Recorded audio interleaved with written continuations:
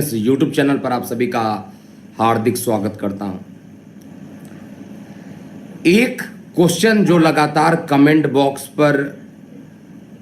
Box में लिखा जा रहा था कि क्या इस विपरीत परिस्थिति में जो ये स्थितियां उत्पन्न हुई हैं, जहां पर एक तरफ आप देखिए कोविड का कहर है, वहां पर केंद्र सरकार के खिलाफ विपक्षी पार्टियों का एकजुट होना और केंद्र सरकार को निशाने पर रखना, और इस पर कई एस्ट्रोलॉजर्स की भविष्यवाणी की क्या मोदी जी यहां पर रिजाइन करने वाले हैं।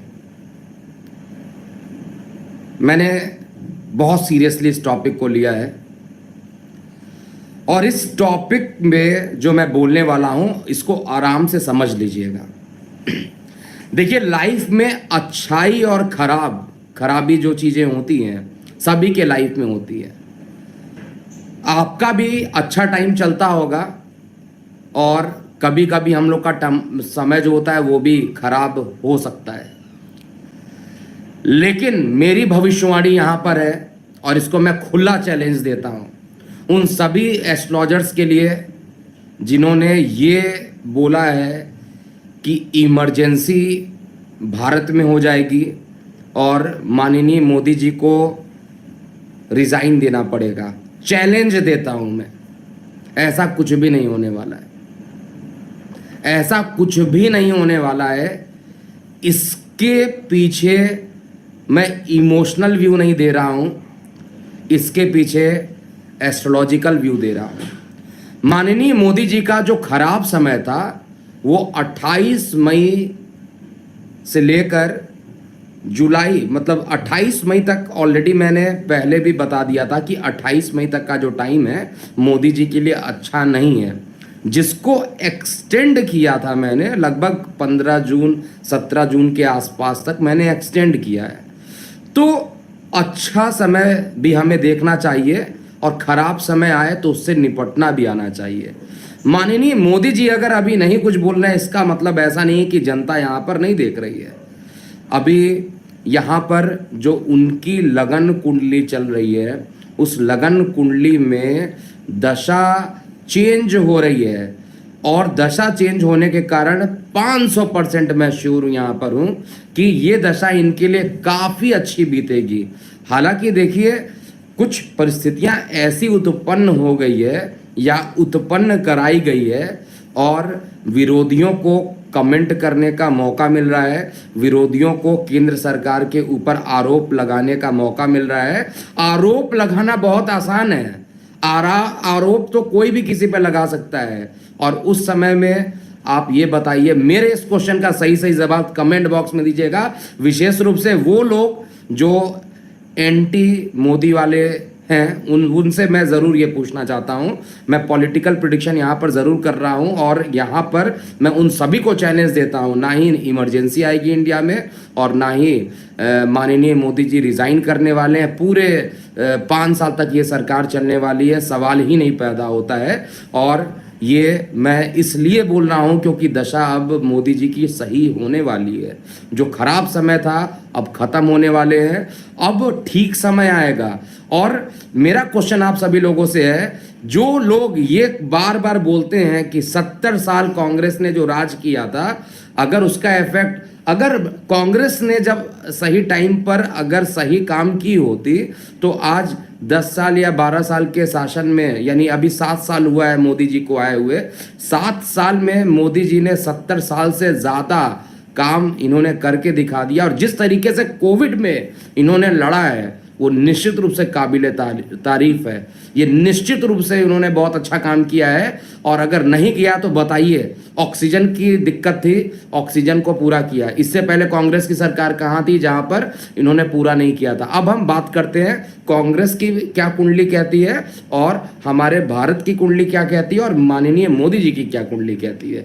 देखिए, हमारे वृष लगन की कुंडली, हमारे भारत देश के वृष लगन की जो कुंडली है उसमें अभी जो दशा चल रही है 17 जुलाई तक का जो टाइम है थोड़ा सा कष्टप्रद है, थोड़ा सा ये कष्टप्रद है। और 17 जुलाई तक की जो केस है, जैसे मैंने बताया है कि 17 जुलाई के आसपास, मैंने आप लोगों को पहले भी बताया था कि रेड अलर्ट 10 फरवरी से स्टार्ट होगा, 26 मई तक एंड होगा, और 26 मई के बाद ये 3 जून तक मैंने कुछ रिकैलकुलेट करके अपडेट कर दिया था, जिस समय ये कम होने लगेगा। 4,10,000 का जो केस था, 1,94,000 कल था, और धीरे धीरे ऑब्वियस सी बात है कि लगातार तो गिरेगा नहीं, कभी कुछ बढ़ेगा फिर गिरेगा, और ये धीरे धीरे ये सही डायरेक्शन पे आ रहा है। और मैं जहां तक कैलकुलेट कर पाया हूं, 17 जुलाई के आसपास तक बहुत जगह ये चीज़ें ख़त्म हो जाएंगी, और अनलॉक होने की प्रक्रिया भी जून में आप देखिएगा।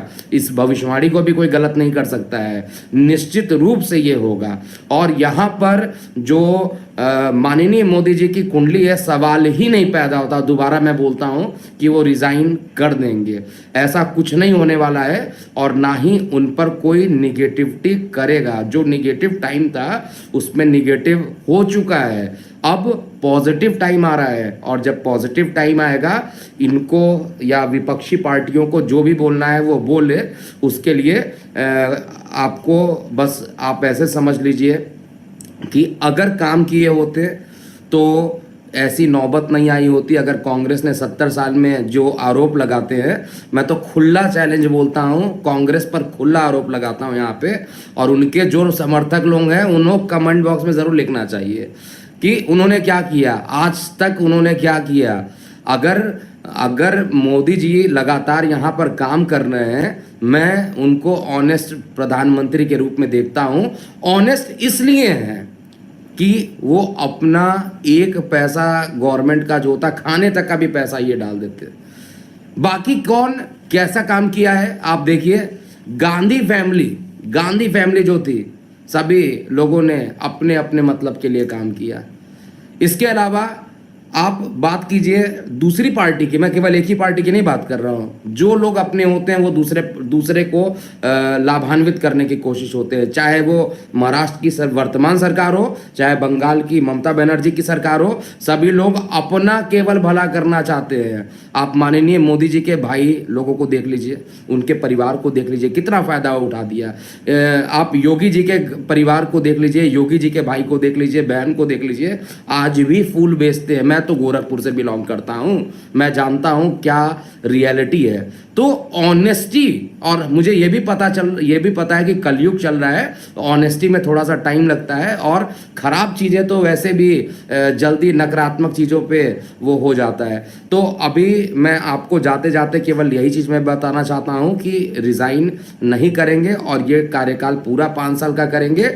और 2024 में क्या होगा ये थोड़ा मुझे रिसर्च अभी करना पड़ेगा, 2024 में क्या घटना घटित होगी, क्योंकि जब गोचर बहुत ज़्यादा खराब हो जाता है तो बहुत सारी चीज़ें खराब हो जाती हैं। लेकिन जिस तरीके से, क्योंकि यहाँ पर जो 2 चीज़ें हुई हैं, आप लोगों को मानना पड़ेगा इस चीज़ को, ना ही डोनाल्ड ट्रंप हारने वाले थे और ना ही यहाँ पर बंगाल में बीजेपी हारने वाली थी। लेकिन कोविड का कहर इस तरीके से फैला, लोग वर्तमान केंद्र सरकार को, चाहे वो डोनाल्ड ट्रंप हो चाहे मोदी जी हो, उन्हीं को दोषी मान लिया। बाकी लोग तो मतलब ऐसे आप कहिए इतने धुले हुए हैं कि उनके ऊपर तो कोई दाग ही नहीं है, और सारा आरोप केंद्र सरकार पे लगा देना। केवल मोदी जी को आरोप बना दीजिए, आप लोग मोदी जी को आरोपी बना दीजिए और बाकी कोई काम मत कीजिए, और केवल गालियां जो लोग देना चाहते हैं वही, ये गलत चीज़ें हैं। जो गलत चीज़ें उसका कभी भी फेवर नहीं करना चाहिए। आप देखिए, चीज़ों को समझिए,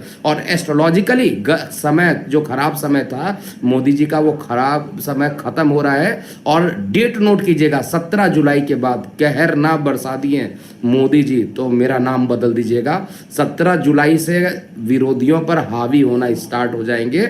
अभी बैकफुट पे हैं, क्योंकि ऐसी चीज़ों पे अभी वो कैसे लड़ाई कर सकते हैं, किसी से क्यों रिप्लाई करेंगे। अभी कहीं प्रॉब्लम किसी को कोविड का है, वो मीटिंग करके उसको सॉल्व करेंगे या उनके बातों का रिप्लाई करेंगे। तो फिर मैं यही चीज़ बताना चाहता हूँ कि कमेंट बॉक्स में निश्चित रूप से लिखिएगा, और मैं प्रत्येक प्रतिक्रिया का उत्तर भी दूंगा। और आपसे जो आपके जो कुछ क्वेश्चन है, कई लोगों ने निफ्टी के लिए पूछ रहे हैं। निफ्टी का 11,000 लेवल नहीं अभी आया है, 14,000 लेवल मैंने बताया था, अपडेट किया था। 14,000 लेवल जैसे ही अगर टूटेगा तो वो नीचे की ओर आएगा। 14,000 लेवल को रिस्पेक्ट ये मार्केट ने किया है। अब ये 16,000 के आसपास ऊपर की ओर बढ़ना प्रारंभ कर दिया। अब ये ऊपर ही जाएगा, इसके नीचे आने की प्रोबेबिलिटी खत्म हो गई, क्योंकि जो रेड अलर्ट था इसी में गिरना था और रेड अलर्ट का टाइम अब खत्म हो चुका है लगभग। और धीरे धीरे 3 जून के बाद ये और तेजी से कम होंगे केस और अनलॉक अब होने वाला है। अब चीज़ें फिर से स्टार्ट होने वाली है।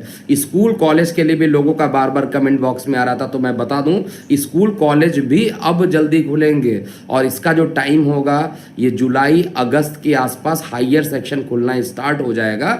और तब तक कोविड के केस भी, क्योंकि 17 जुलाई मैं डेट लेके चल रहा हूँ, 17 जुलाई तक जब तक नहीं ये कोविड के केसेस कम होंगे तब तक अच्छा है कि ये चीज़ें ना हो।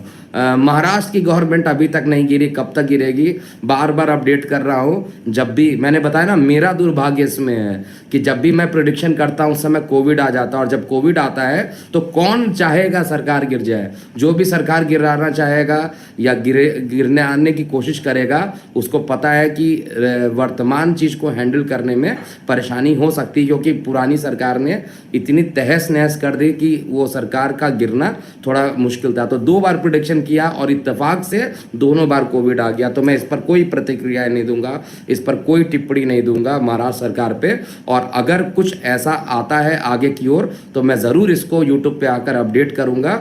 और मेरा अभी जाते जाते यही है कि अनिल देशमुख जी पर जो आरोप लगे हैं और वो सिद्ध हो जाए तो महाराष्ट्र सरकार अपने आप वहाँ पर गिरने की स्थिति में आ जाएगी। हमें वेट करना चाहिए, कोई डेट का ऐलान अभी मैं नहीं करूँगा। अभी के लिए इतना ही। अपनी प्रतिक्रियाएं ज़रूर कमेंट बॉक्स में लिखिएगा।